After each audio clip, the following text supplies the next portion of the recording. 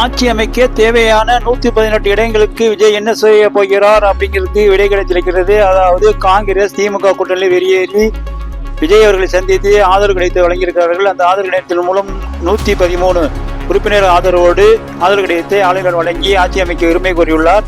அதாவது காங்கிரஸ் திமுக கூட்டணியில் வெளியேறுவது இதுக்கு என்ன அர்த்தம் என்றால், வரப்போகக்கூடிய நாடாளுமன்ற தேர்தல் மற்றும் உள்ளாட்சி தேர்தல்களில் இனி திமுகவை நம்பி பயணம் செய்வது உசிதப்படாது அப்படிங்கிற எண்ணத்தில் காங்கிரஸ் கூட்டணி உடைஞ்சு போச்சு. காங்கிரஸ் தாவேக்குடன் இணைந்து விட்டது. அடுத்து திமுக தாண்டி அடுத்தாப்புல அதிமுகவிலையும் சலசலப்பு ஏற்பட்டுள்ளது.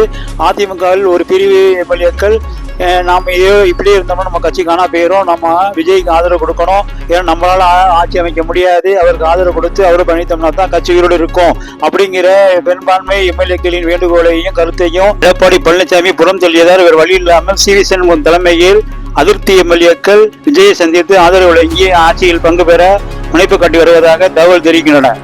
பழம் நழுவி பாலில் விழும், அந்த பால் என் வாயில் விழும் என்கிற பழமொழிக்கு ஏற்ப விஜய்க்கு தொட்டதெல்லாம் துளங்கும் விதமாக அவரது முதல் முயற்சி அமைந்துள்ளது.